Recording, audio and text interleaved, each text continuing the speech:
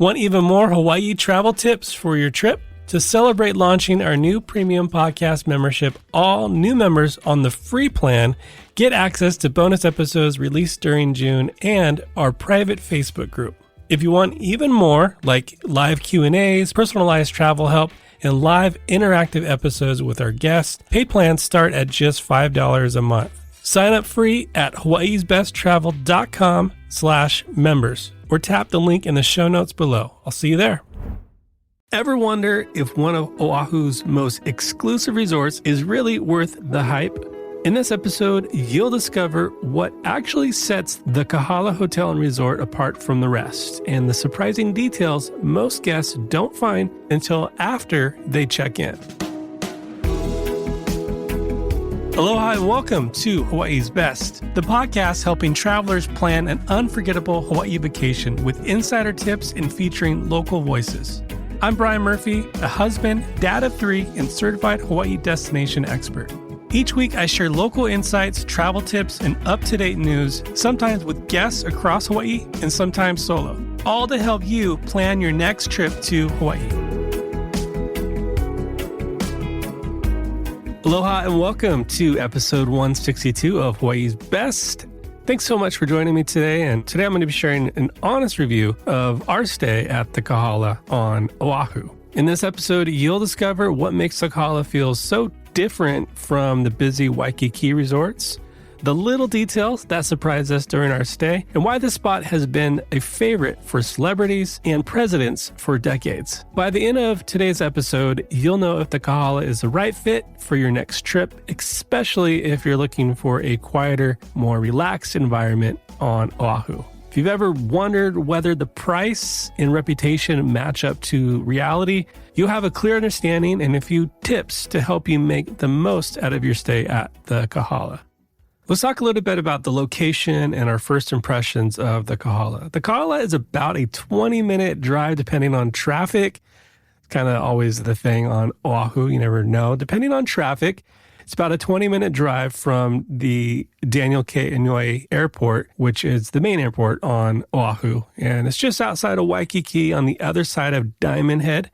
You're close enough to the city for shopping and dining, but far enough to avoid the crowds and noise. The resort sits on a quiet stretch of beach that's rarely ever crowded, and it definitely wasn't when we were there. The sand is soft, the water is calm, and the whole place just feels like, honestly, a private retreat. First impressions are super important, and what we noticed first was the open-air lobby, the lush grounds. It really set a relaxed tone right away for my wife and I. And keep in mind, we didn't take our kids there. This was a spot that just my wife and I went a couple months ago. So this review is based on kind of a couple's retreat. I did see some families there. We'll get into that a little bit. But honestly, this isn't a spot that we would take our kids to and stay, especially at a younger age. Maybe as they get older, they have their own families. This is the spot we may come back to, but not as a younger family. The staff definitely was welcoming. The check-in process was efficient. The atmosphere is peaceful, which is a big contrast to some of the bigger resorts in Honolulu. If you're looking to unwind and enjoy a slower pace, the Kahala is definitely a great choice. The Kahala opened up in 1964 as the Kahala Hilton and quickly became favorite for celebrities and world leaders. Every U.S. president since Lyndon B. Johnson has stayed here, and the guest list includes, George Clooney, Princess Diana, George Harrison. There's a whole wall of, famous people and signed autographs within the Kahala that you can kind of just look through. I'm honestly not super impressed with celebrities. That's just me. So it's cool. George Clooney stayed here, but that's not like a driver for me to want to stay somewhere. But I thought it was cool. The resort has also been a filming location for shows like Hawaii Five-0, Magnum P.I., and most recently, the new live-action Lilo and Stitch movie. This is the hotel from the movie. So that connection to pop culture adds another layer of the experience. You might even recognize parts of the property from some of the TV shows and movies, which is pretty cool. The Kahala has 338 rooms and 32 suites. Our stay there, we happened to stay in one of the suites, which is incredible, a great view. But standard rooms are about 550 square feet, which is definitely larger than most of the normal rooms on Oahu. Suites go up to 2,200 square feet, and many rooms have views of the ocean, the mountains, or the Dolphin Lagoon, which we'll talk about in a little bit. And each one has its own private lanai or balcony. One thing that stands out is really the lack of a resort fee. That's rare for a luxury hotel in Hawaii. You still get all the amenities like free Wi-Fi and twice daily housekeeping, which is something my wife and I, we weren't used to, like having someone pick up and clean the room twice a day, which is pretty cool. But you get all this without a hit of an extra charge at checkout. And I get that the prices are more than most resorts and hotels on the island.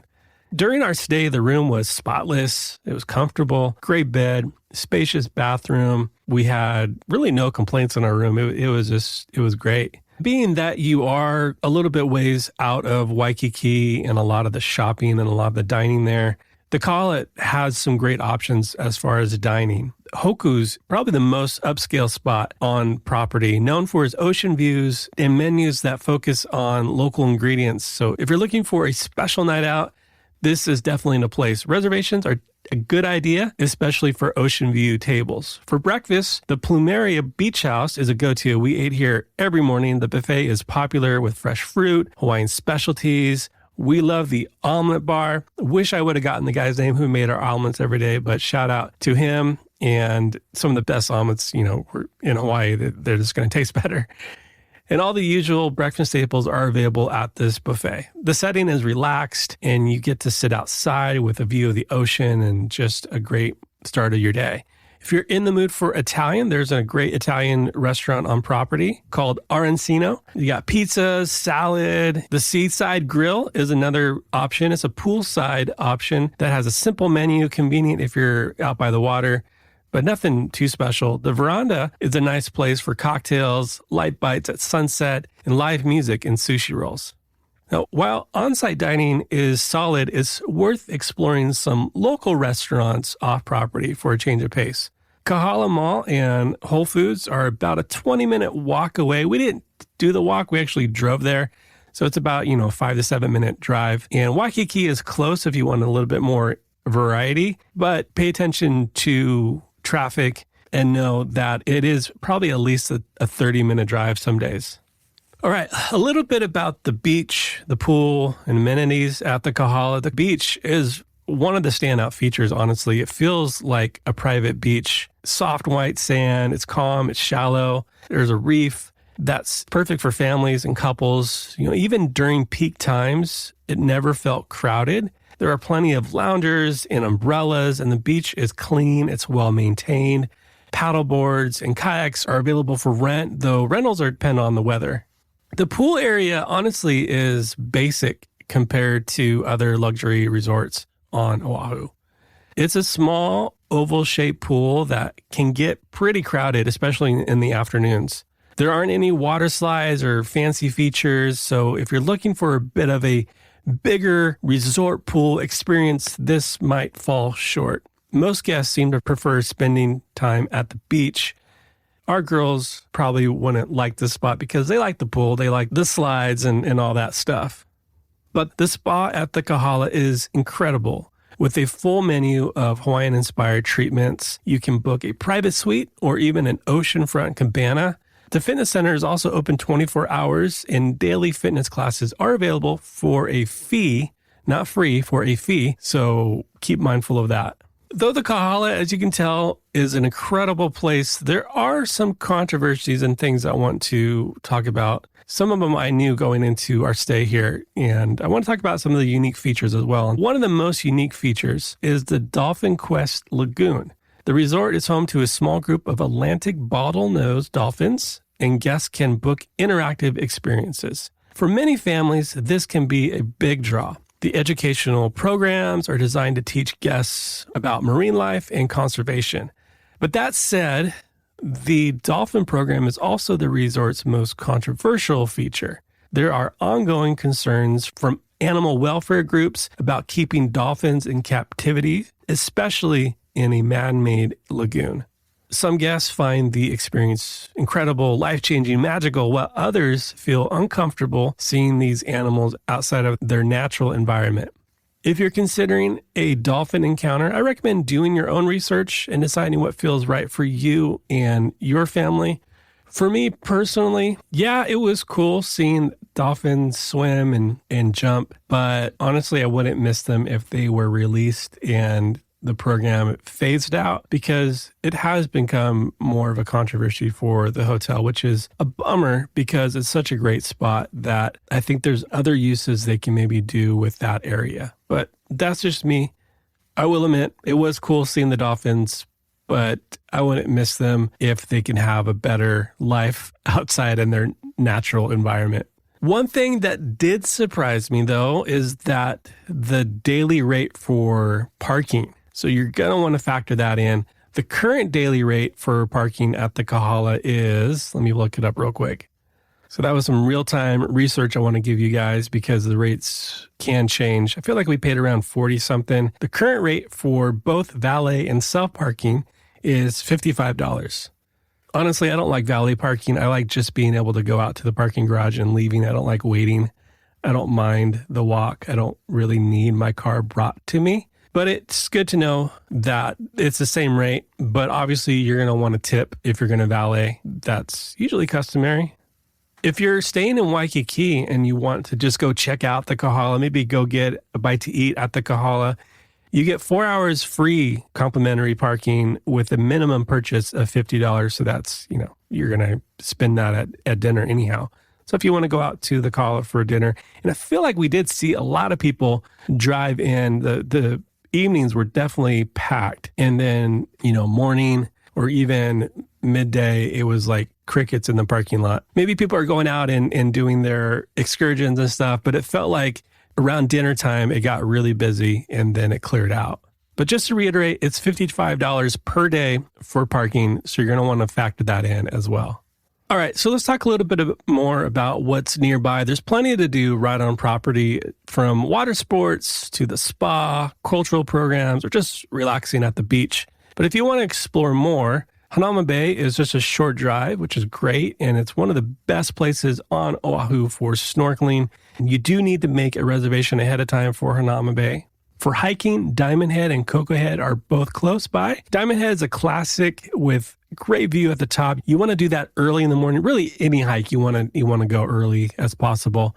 While Cocoa Head is more of a workout, and it's not for the faint of heart for sure. Some people are like, yeah, it's no big deal. It's, I could just walk up. For those who haven't done a lot of incline training or hiking, it is a big deal. So there you go. You can choose between those or have Kahala be a springboard up to the North Shore, going on the East Drive, which is an incredible drive. Waimanalo Beach, Lanikai, Kailua Town, all those spots. You keep going on up and you go to Laie or visit the Polynesian Culture Center, Kualoa Ranch. So you're close by to a lot of those things, and you don't have to fight Honolulu traffic, which makes Kahala a great spot.